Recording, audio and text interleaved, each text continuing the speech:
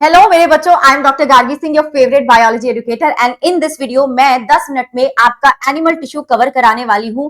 यहां से आपके 2 से 3 क्वेश्चन आ जाते हैं। Although this is not a part of your new NCERT, लेकिन ये तुम्हारे सिलेबस का पार्ट है। पिछले साल भी ऐसा हुआ था कि आपके एनसीईआरटी में नहीं था, नई एनसीईआरटी में, लेकिन इससे क्वेश्चन आए थे, इससे 2 क्वेश्चन आए थे, तो यहां से 2 से 3 क्वेश्चन आ जाते हैं। और आज हम 10 मिनट में 2 से 3 क्वेश्चन का जुगाड़ कर लेंगे। This is your bio hack series, जहां पे हम 10 से 15 मिनट में एक चैप्टर को कवर करने वाले हैं। और आज का जो अपना टॉपिक है दैट इज एनिमल टिश्यू। ठीक है, मुझे जरूर सेशन को लाइक करना, कमेंट में बताना कि आज का सेशन कैसा रहा। अगला मैं सोच रही हूँ कि फ्रॉग पे बना दूं एक वीडियो और एक कॉकरोच पे बना दूं, तो मुझे बताना कि ये मेरा जो विचार है वो कैसा है। ठीक है, चलो।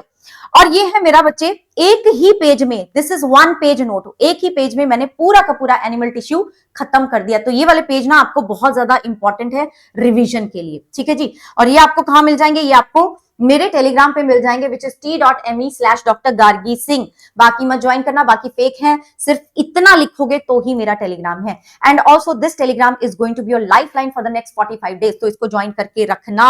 अब हम शुरुआत करते हैं अपने एनिमल टिश्यू की, और मैं हो जाती हूँ छुटकू, ताकि आपको हर एक चीज बिल्कुल क्लियरली दिखे। ओके चलो, तो एनिमल टिश्यू को हम डिवाइड करते हैं 4 टाइप्स में। एपिथेलियल, ठीक है, मस्कुलर, कनेक्टिव एंड न्यूरल। अब जो एपिथेलियल है उसका ओरिजिन एक्टो हो सकता है, एक्टोडर्मल हो सकता है, एंडोडर्मल हो सकता है, मेसोडर्मल हो सकता है। लेकिन जो मस्कुलर है उसका मेसोडर्मल होता है, जो कनेक्टिव है उसका मेसोडर्मल होता है, जो न्यूरल है उसका एक्टोडर्मल होता है। अगर मैं बात करूं एपिथेलियल टिश्यू की, अब एक एक करके सारे टिश्यूज का हम थोड़ा सा कैरेक्टर देख लेते हैं। एपिथेलियल टिश्यू की बात करूं, जिससे ज्यादातर पीवाईक्यूज आप देखोगे, ज्यादातर क्वेश्चन यहीं से आते हैं, ज्यादातर यहां से आते हैं, मतलब यहां से एक क्वेश्चन आता ही आता है। 2024 में भी एक क्वेश्चन यहां से आया था। तो ये अगर सिंगल लेयर है, एक ही लेयर है, तो मैं इसको बोलूंगी कि भी ये डिफ्यूजन करेगा। ठीक है, ये सिक्रीशन करेगा, एब्जॉर्प्शन करेगा, इसका काम ये होगा। अगर मल्टीपल लेयर है तो इसका काम होगा प्रोटेक्शन करने का। ये जो आपका एपिथेलियल टिश्यू है ये नॉन वेस्कुलर होता है, और इसकी रिमार्केबल रीजनरेशन की ताकत है, कैपेबिलिटी है। यहां पर भाई बेसमेंट मेम्ब्रेन होता है जिसके थ्रू न्यूट्रिएंट्स डिफ्यूज होते हैं। एंड ऑल्सो जो सेल्स हैं वो कॉम्पैक्टली पैक्ड हैं, जैसे कि तुम्हें इस डायग्राम में दिख भी रहा है, the cells are compactly packed, लेकिन थोड़ा बहुत इंटरसेल्युलर मैट्रिक्स होता है। या तो जो आपके सेल्स हैं वो एनवायरमेंट को फेस करेंगे, या फिर बॉडी फ्लूइड को फेस करेंगे। मान लो एक ब्लड वेसल है तो ब्लड को फेस कर रहा है ना, ठीक है, तो ऐसे हो गया। अब जो आपका एपिथेलियल टिश्यू है फर्दर ये 3 तरह का होता है। एक है सिंपल सिंगल लेयर, एक है कंपाउंड मल्टीपल लेयर, जो कि हमने पहले भी बात करी थी, एक है ग्लैंडुलर, ठीक है, जो सिक्रीटरी इन नेचर है। अब इसको पहले देख लेते हैं, सिक्रीटरी इन नेचर कैसा है? या तो ये यूनिसेलुलर होगा, एक ही सेल है जो कुछ ना कुछ चीजें बना रहा है, सिक्रीशन कर रहा है किसी ना किसी चीज का, जैसे कि गॉबलेट सेल्स। ठीक है, हमारे एलिमेंट्री कैनाल में गॉबलेट सेल्स हैं म्यूकस सिक्रीट करने के लिए। मल्टी सेलुलर में एग्जांपल है सेलाइवरी ग्लैंड, जो कि सेलाइवा सिक्रीट कर रहे हैं। ये जो आपका ग्लैंडुलर एपिथेलियम है ना भाई, ये एंडोक्राइन या फिर एक्सोक्राइन भी हो सकता है। एंडोक्राइन माने हार्मोन को सिक्रीट करेगा सीधा ब्लड में, एक्सोक्राइन माने ये या तो डाइजेस्टिव जूसेस बना रहा है, मतलब इसके पास क्या है, डक्ट है। एंडोक्राइन में डक्ट नहीं होती, डक्टलेस होते हैं, एक्सोक्राइन में डक्ट होती है। या तो ये डाइजेस्टिव जूसेस बनाएगा, या तो ये ऑयल बनाएगा, वैक्स बनाएगा, सलाइवा, म्यूकस, इस चीज का सिक्रीशन करेगा। Now coming on to the types of simple epithelial tissue, जहां पे एक ही लेयर मुझे देखने को मिलती है। एक ही टेबल से हम इसको अच्छे से रिवाइज कर लेंगे। देखो, सबसे पहले तो हम देखेंगे स्क्वैमस। ठीक है, स्क्वैमस है, क्यूबॉइडल है, कॉलमनर है, सीलिएटेड है। ये 4 तरह का तुम्हारा सिंपल एपिथेलियल टिश्यू होता है। और इनका नाम किस तरह से दिया हुआ है भाई? जैसा तुम्हारा शेप दिख रहा है तुम्हें, वैसे तुमने बोल दिया। क्यूबॉइडल मतलब क्यूब लाइक है, कॉलमनर टॉल है, ठीक है, सीलिएटेड मतलब या तो क्यूबॉइडल हो सकते हैं या फिर कॉलमनर हो सकते हैं, लेकिन सीलिया लगा हुआ है। स्क्वैमस, ये जो सेल्स हैं ये फ्लैटेंड है। देखो ये वाले सेल्स कैसे हैं, फ्लैटेंड है। ये इरेगुलर बाउंड्री होती है इनकी, इसलिए हम इनको पेवमेंट या फिर टेसेलेटेड एपिथेलियम भी बोल देते हैं। क्यूबॉइडल कैसे हैं बेटा जी? क्यूब लाइक है, इनका जो न्यूक्लियस होता है वो सेंटर में होता है। And at some places, for example in case of proximal convoluted tubule, PCT के केस में हम देखते हैं कि यहां पर इस तरह का भी प्रोसेसेस बन जाते हैं, जिसको हम क्या बोलेंगे, ब्रश बॉर्डर। तो ये वाले सेल कैसे हो गए, ब्रश बॉर्डर हो गए। एंड जो कॉलमनर है दे आर टॉल, इनका जो न्यूक्लियस है वो बेस में रहता है। यहां पर भी इस तरह के प्रोसेसेस देखने को मिल रहे हैं। इस प्रोसेसेस का क्या फंक्शन होता है? They increase the surface area. यहां पर भी यही कारण था सरफेस एरिया इंक्रीज करने का, क्योंकि पीसीटी को मैक्सिमम एब्जॉर्प्शन करना होता है। यहां पर भी यही कारण है सरफेस एरिया इंक्रीज करना है, क्योंकि ये मुझे मिलते हैं मेरे इंटेस्टाइन में, क्योंकि मुझे वहां पे खाना जो अब डाइजेस्ट हुआ उससे एब्जॉर्प्शन करना है। तो ये ब्रश बॉर्डर है, स्मॉल इंटेस्टाइन में मिलेंगे। एंड दीज आर सिलिएटेड, ठीक है। क्यूबॉइडल भी हो सकते हैं, कॉलमनर भी हो सकते हैं, ठीक है जी, ओके। अब हमने न्यूक्लियस की बात तो कर ही ली थी। स्क्वेमस में क्या है, सेंट्रल है, क्यूबॉइडल में भी सेंट्रल है, कॉलमनर में बेस पे था। क्यूबॉइडल सिलिएटेड या फिर कॉलमनर सिलिएटेड में बेस या फिर सेंटर पे होगा, depending upon the nature of the epithelium. अगर मैं फंक्शन की बात करूं तो ये वाले बिल्कुल पतली सी एक लाइन बना रहे हैं, बिल्कुल पतली सी लाइन, तो इसका क्या फंक्शन होगा, डिफ्यूजन करना, चीजों का आदान प्रदान करना, ठीक है, इसका काम ये होगा। अगर ये डिफ्यूजन कर रहा है तो ये मुझे कहां मिलेगा, लोकेशन पे भी क्वेश्चन आते हैं, लोकेशन पे बड़े ज्यादा क्वेश्चन पूछे जाते हैं, आपको मैच द कॉलम पूछा जाता है, ये मुझे मिलेगा एयर सैक में, एयर सैक ऑफ लंग्स में, एल्वेलाई में मिलेगा। उसकी वॉल हमें पतली सी बनानी है, और वॉल ऑफ ब्लड वेसल, उसकी भी वॉल हमें पतली सी बनानी है ताकि वहां से गैस का एक्सचेंज हो सके।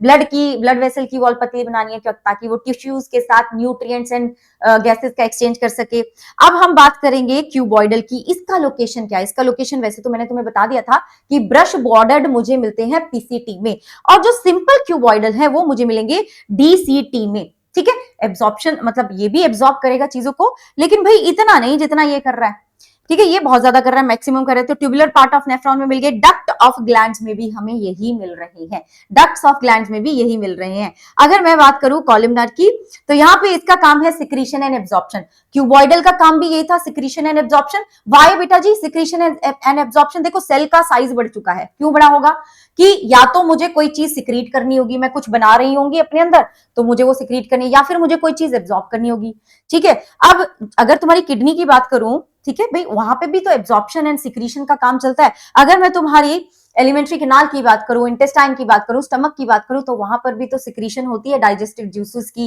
एंड देन आपने जो फूड डाइजेस्ट करा उसको एब्जॉर्ब भी करना होता है, तो absorption and secretion stomach and intestine में आपको कॉलमनर मिलेंगे। लेकिन ब्रश बॉर्डर मुझे कहां मिलेंगे, स्मॉल इंटेस्टाइन में मिलेंगे ब्रश बॉर्डर। अगर मैं बात करूं सीलिएटेड की, इनका काम क्या होता है, पार्टिकल्स को मूव करना, ठीक है, जैसे कि मेरे रेस्पिरेटरी ट्रैक में अगर कोई डस्ट पार्टिकल वगैरह चलेगे तो उसको मूव करवाएगा, मेरे सिस्टम में नहीं जाने देगा। And also for example fallopian tube, जो यहाँ पे आपका ओवम रिलीज हुआ, अब उसके खुद के तो उसके पास कोई वो नहीं होता, फ्लैजुला नहीं होता, तो वो मूव नहीं कर सकता, तो उसको मूव कराना होता है, दैट इज व्हाई यहां पर भी आपका सीलिएटेड एपिथेलियम है।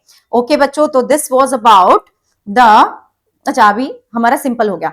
एक होगा कंपाउंड जहां पे बहुत सारी लेयर्स होंगी, एक होता है स्यूडो स्ट्रैटिफाइड, जो लगता कंपाउंड है, जो लगता है मल्टी लेयर्ड लेकिन होता नहीं है, जैसे कि अपर रेस्पिरेटरी ट्रैक्ट।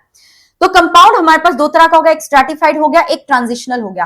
ट्रांजिशनल वो है जो स्ट्रेच हो सकता है। अब तुम्हारी बॉडी में कौन सी बड़ी कॉमन सा ऐसा स्ट्रक्चर है, कौन सा है जो स्ट्रेच हो जाता है, that is your urinary bladder, ठीक है जी, तो यहां पे आ जाएगा।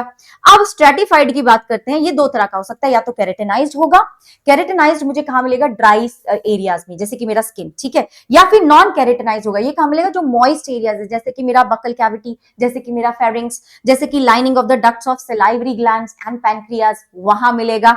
ओके बच्चे, वहां मिलेगा। ये नोट्स आपको मेरे टेलीग्राम पे मिल जाएंगे, ठीक है, t.me/Dr. Gargi से, यहां मिल जाएंगे। अब मैं बात करूं सेल जंक्शंस की, कि जो दो सेल्स हैं उनके बीच में किस तरह के जंक्शंस हैं। एक तो मेरे जो सेल्स हैं, मुझे उन सेल्स को बिल्कुल अच्छे से टाइट उसमें रखना है, ताकि उनके बीच में जो भी चीजें ना वो लीक ना हो, तो उसके लिए आपके पास होते हैं टाइट जंक्शन। नाम से पता चल रहा है कि लीकेज को प्रिवेंट करेंगे। अडहियरिंग जंक्शंस, क्या काम है, अडहियरिंग का मतलब होता है जुड़ना, ठीक है, चिपका के रखेगा, सेल्स को साथ में रखेगा, सीमेंट करके रखेगा। गैप जंक्शंस का क्या काम होता है, गैप जंक्शंस का काम होता है कम्युनिकेशन करना, ठीक है जी। कोई भी आयंस है, कोई भी जिस भी चीज की जरूरत है दूसरे सेल को, तो वो बताएगा कि भैया मुझे इसकी जरूरत है, दे दो। तो साइटोप्लाज्मिक कनेक्शंस हैं और कम्युनिकेशन करता है। ट्रांसपोर्ट के भी काम आएगा, ये किसके काम आएगा, ट्रांसपोर्ट के काम भी आएगा, transport of the ions. Okay जी, चलो अब हम बात करेंगे मस्कुलर टिश्यू की, ठीक है, we are done with the epithelial tissue. अब हम बात करेंगे मस्कुलर टिश्यू की। मस्कुलर टिश्यू में हम तीन तरह के फाइबर्स पढ़ेंगे। एक तो आपका स्केलेटल मसल फाइबर है, एक आपका स्मूथ मसल फाइबर है, एक आपका कार्डियक मसल फाइबर है। तो सबसे पहले हम स्केलेटल मसल फाइबर को देख लेते हैं। ओके जी, कैसे दिख रहे हैं बेटा जी, कैसे दिख रहे हैं, सिलेंड्रिकल दिख रहे हैं मैम। कितने न्यूक्लियस दिख रहे हैं, बहुत सारे दिख रहे हैं मैम। तो मतलब यहाँ पे क्या है, सिंसिशियल कंडीशन हो गया। और न्यूक्लियस कैसे हैं, बाहर बाहर, थोड़ा सा पेरिफेरी दिख रहे हैं मैम, हमें बीच में नहीं दिख रहा, तो पेरिफेरल है। अच्छा, स्ट्राइएशंस दिख रही है? यस मैम, स्ट्राइएशन दिख रही है। ओके जी, ब्रांचिंग दिख रही है? नहीं मैम, ब्रांचिंग तो नहीं होती यहाँ पे। क्या ये स्केलेटल मसल फाइबर मेरे कंट्रोल में होते हैं? मैं अपनी मर्जी से मूव कर सकती हूँ? हाँ जी मैम, ये जो इतनी देर से आप बोल रहे हो अपनी मर्जी से बोल रहे हो, so this is also an example of skeletal muscle fibre. Yes, तो ये क्या होते हैं बच्चे? ये मेरे कंट्रोल में है, ये वॉलंटरी है। जंक्शंस की बात करूं तो यहाँ कोई जंक्शन नहीं है, यहां कोई जंक्शन नहीं होता। लोकेशन की बात करूं तो वो सारे के सारे आपके मसल्स जिनको आप अपनी मर्जी से मूव कर सकते हो। मेरी जो जीभ है, मेरे जो बाइसेप्स हैं, ठीक है जी, ये हो गया आपका लोकेशन। लोकेशन पे क्वेश्चंस आते हैं, वेरी वेरी इंपॉर्टेंट। अगर मैं स्मूथ मसल फाइबर्स की बात करूं, ये स्मूथ क्यों है? क्योंकि यहाँ पे स्ट्राइएशंस नहीं होते, नाम से ही मुझे पता चल रहा है, ठीक है। इनको विसरल मसल फाइबर्स भी बोलते हैं क्योंकि ये मेरे इंटरनल ऑर्गन्स में मिलेंगे। क्या मैं अपने इंटरनल ऑर्गन्स को कंट्रोल कर सकती हूँ कि मेरा पेट, मैंने खाना खाया, मैं पेट को बोलूं आज तो तू बहुत ही दमदार चर्निंग करना, बिल्कुल आज तो 1 घंटे में ही खाना पच जाना चाहिए? I can not do that. मैं अपने दिल को नहीं बोल सकती कि तू जोर जोर से धड़कने लग जा, नहीं मैं नहीं कर सकती। तो ये क्या है, वो दिल वाली बात कार्डियक मसल में आएगी, ठीक है, वो दिल वाली बात कार्डियक मसल में आएगी। तो ये जो है हमारे, ये क्या होते हैं? स्मूथ मसल्स हैं, ठीक है जी। विसरल मसल फाइबर्स हैं, ये मेरे विल पे कंट्रोल नहीं होते, they are involuntary. So are the heart के muscles, they are also involuntary. मैं अपने दिल को नहीं बोल सकती कि तू जोर जोर से धड़कने लग जा, नहीं, ठीक है ना। अच्छा बच्चों, अब यहाँ पे देखो, यहाँ पे इनके पास तो एक ही न्यूक्लियस है, ठीक है, और विच इज सेंट्रल। शेप कैसा है? स्पिंडल है या फिर फ्यूजिफॉर्म है। ओके जी। अगर मैं बात करूं स्ट्राइएशंस की तो यहाँ तो है ही नहीं, ट्राइशंस तो नहीं है। अगर मैं बात करूं यहाँ पर ब्रांचिंग की तो ब्रांचिंग यहाँ पे भी नहीं दिख रही मुझे। अगर मैं बात करती हूँ वॉलंटरी है या इनवॉलंटरी तो ये इनवॉलंटरी। अगर मैं बात करती हूँ जंक्शंस की तो यहाँ पर आपके पास जंक्शंस होते हैं, आपकी किताब में लिखा हुआ है कि यहाँ पे जंक्शंस मिलते हैं। और ये मुझे कहाँ मिलेंगे? ये मुझे कहाँ मिलेंगे? वही पेट में, इंटेस्टाइन में, ठीक है, ब्लड वेसल्स में, क्योंकि मैं इनको कंट्रोल नहीं कर सकती, भैया अपनी मर्जी से चल रहे हैं, कंट्रोल नहीं कर सकती मैं इनको। Last is your cardiac muscle, दिल का मसल, ठीक है। अब दिल का जो मसल है वहां पे हमें ब्रांचिंग देखने को मिलती है, देखो कैसे ब्रांचिंग हो रही है, ठीक है जी। और यहाँ पे जब दो सेल जुड़ रहे हैं ना, वहां पे मुझे इंटरकैलेटेड डिस्क भी मिलते हैं, यहाँ पे मुझे जंक्शंस मिलते हैं, यहाँ पे मुझे जंक्शंस मिलते हैं। And because of these intercalated disc आपका जो हार्ट है ना वो एक यूनिट की तरह बीट करेगा, ठीक है। And these junctions are also very important. तो इसीलिए भाई, एंड ज्यादातर से यहाँ के जो सेल्स हैं उसका न्यूक्लियस कितना होता है? एक होता है। यहाँ पे मुझे ब्रांचिंग देखने को मिल रही है, यहाँ पे मुझे स्ट्राइएशंस भी देखने को मिल रही है, यहाँ पे मुझे जंक्शंस भी देखने को मिलते हैं, तो सब कुछ है, लेकिन ये वॉलंटरी नहीं है, मेरी विल पे कंट्रोल नहीं होगा। ओके जी। कहाँ मिलेगा? हार्ट में मिलेगा, very easy, very easy, heart में मिलेगा। अब हम न्यूरल टिश्यू की बात करते हैं। देखो न्यूरल टिश्यू को इस चैप्टर में हम डिटेल में बिल्कुल भी नहीं पढ़ते, यहाँ पे सिर्फ 2-3 लाइनें ही हमें याद रखनी है कि न्यूरल टिश्यू का कंट्रोल मेरी बॉडी में सबसे ज्यादा है।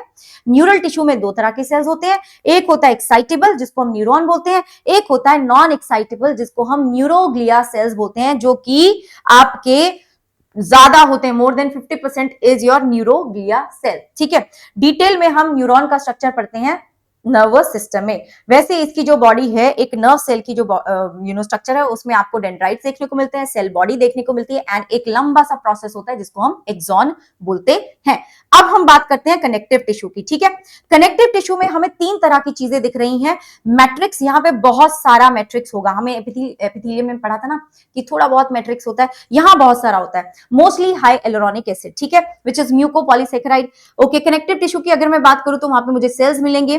कौन कौन से सेल्स मिलेंगे? फाइब्रोब्लास्ट मिलेंगे जो कि फाइबर्स बनाते हैं। फाइबर्स कौन से हैं? कोलेजन, इलास्टिन एंड रेटिक्यूलेट, ठीक है, ये तरह के आपके फाइबर्स बनेंगे। मैक्रोफेजेस डिफेंस में काम करेंगे। एडिपोसाइट्स फैट को स्टोर करेंगे, ठीक है, फैट को स्टोर करेंगे। एक होता है आपका लूज कनेक्टिव टिश्यू, नाम से ही मुझे पता चल रहा है लूज कनेक्टिव टिश्यू है। एक होगा dense connective tissue.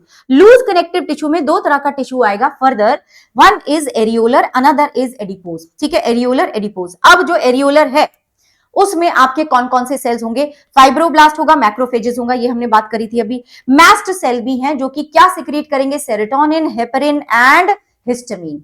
Serotonin, heparin and histamine, ये क्या है ना, ये आपका सपोर्ट प्रोवाइड करता है एपिथेलियल टिश्यू को। कनेक्टिव टिश्यू जो है ना वो सपोर्ट प्रोवाइड कर रहा है, आपके अलग अलग तरह के टिश्यूज को सपोर्ट प्रोवाइड करता है। एंड लूज कनेक्टिव टिश्यू आपका कहां मिलेगा? हमें स्किन के नीचे, ठीक है, स्किन के नीचे। ऐसे ही बेटा जी इसका दूसरा टाइप है एडिपोज टिश्यू, ठीक है, जो कि कहां मिलेगा मुझे? एडिपोसाइट्स हैं जो कि फैट को स्टोर करके रखेंगे। जो भी आप खाना खाते हो उसमें जो भी एक्स्ट्रा बच गया है, अब उसको हम स्टोर क्या कर देते हैं, फैट के रूप में स्टोर कर देते हैं। Then your dense connective tissue. अब डेंस कनेक्टिव टिश्यू रेगुलर हो सकता है, बहुत अच्छे से तुम्हारे फाइबर्स वगैरह अरेंज है, इरेगुलर हो सकता है, सब ऐसे ही बस, ठीक है, मनमौजी तरीके से अरेंज है। तो रेगुलर, अब एग्जांपल पूछते हैं कि भाई रेगुलर का एग्जांपल क्या है और इरेगुलर का क्या है। रेगुलर का एग्जांपल है तुम्हारा टेंडन, ठीक है। टेंडन क्या करते हैं, मसल को बोन से अटैच करते हैं, MTB, M muscle, T tendon, B bone, MTB, ठीक है। लिगामेंट, बोन को बोन से अटैच करते हैं, लिगामेंट बोन को बोन से अटैच करता है। देन योर इरेगुलर, उसका एग्जांपल है स्किन, ठीक है, उसका एग्जांपल है स्किन, ठीक है जी। हाँ, मैं जो मेरी एक ट्रिक है छोटी सी, मतलब आई डोंट नो ये सब पे तो लागू नहीं होगी, तो क्या है ना कि अपनी स्किन पे कभी कुछ निकल आता है, कभी पिंपल निकल गया, कभी कुछ बाहर चले गए बहुत देर तक तो थोड़ा सा स्पॉट्स वगैरह आ गए, तो इरेगुलर सा रहता है ना स्किन का, तो इसलिए स्किन लिख दो इरेगुलर में। Then we have last but not the least is specialised connective tissue, जो कि दो तरह का है। एक है फ्लूइड कनेक्टिव टिश्यू जिसमें ब्लड और लिम्फ आता है, बेटा जी ये सर्कुलेटरी सिस्टम में आप डिटेल में पढ़ते हो, यहाँ पे सिर्फ 3 लाइनें दी हुई हैं, ओके। तो एक होता है skeletal connective tissue which is your bones and cartilage. Bones को आप डिटेल में लोकोमोशन में पढ़ते हैं, लेकिन हम बोन्स और कार्टिलेज का एक डिफरेंस, बेसिक डिफरेंस क्या है वो देख लेंगे। कार्टिलेज कैसा है, सॉलिड है, सॉलिड तो है लेकिन प्लायबल है, ठीक है। थोड़ा बहुत हम उसको क्या कर सकते हैं, थोड़ा बहुत देखो, जैसे जब टिप ऑफ माई नोज है मैं उसको थोड़ा सा प्रेस कर पा रही हूँ, बट जो बोन है ना that is hard and non pliable, I can not make it, मैं इसको नहीं प्रेस कर पा रही हूँ, ओके। अब जो ये आपके कार्टिलेज बनाने वाले सेल्स हैं उनको हम कॉन्ड्रोसाइट्स बोल रहे हैं। कॉन्ड्रोसाइट्स एक कैविटी में होते हैं जिसको हम बोलते हैं लेक्यूना, दिस इज लेक्यूना। उसमें कितने कॉन्ड्रोसाइट्स हैं, 2 कॉन्ड्रोसाइट्स होते हैं। सिमिलरली ऐसे ही आपके ऑस्टियोसाइट्स होते हैं जो कि बोन्स वाले सेल्स हैं, ठीक है। अब ये भी लेक्यूना के अंदर ही है, लेकिन यहां पर लेक्यूना में एक ही ऑस्टियोसाइट होता है, प्लीज रिमेंबर दिस, ये बड़ी इंपॉर्टेंट चीज है याद रखने के लिए। और क्योंकि ये इस तरह का, इसका शेप देखो थोड़ा अलग सा है, इसीलिए इसका जो लेक्यूना है उसका शेप भी ऐसा सा बन जाता है, एंड बिकॉज ऑफ दैट ये कैनाल लाइक स्ट्रक्चर बन जाते हैं जिनको हम बोलते हैं कैनालिक्यूलाई, ओके। अब बोन्स के एग्जांपल तो तुम्हें पता है, ठीक है, you learn about the different types of bones in your locomotion chapter. लेकिन कार्टिलेज के एग्जांपल क्या है जो कि ज्यादातर पूछा जाता है question, tip of the nose, ठीक है, ये मेरा जो एक्सटर्नल ईयर है वो, and between adjacent bones of the vertebral column, limbs and hands in adults. ये हो गया तुम्हारा पूरा का पूरा एनिमल टिश्यू खत्म।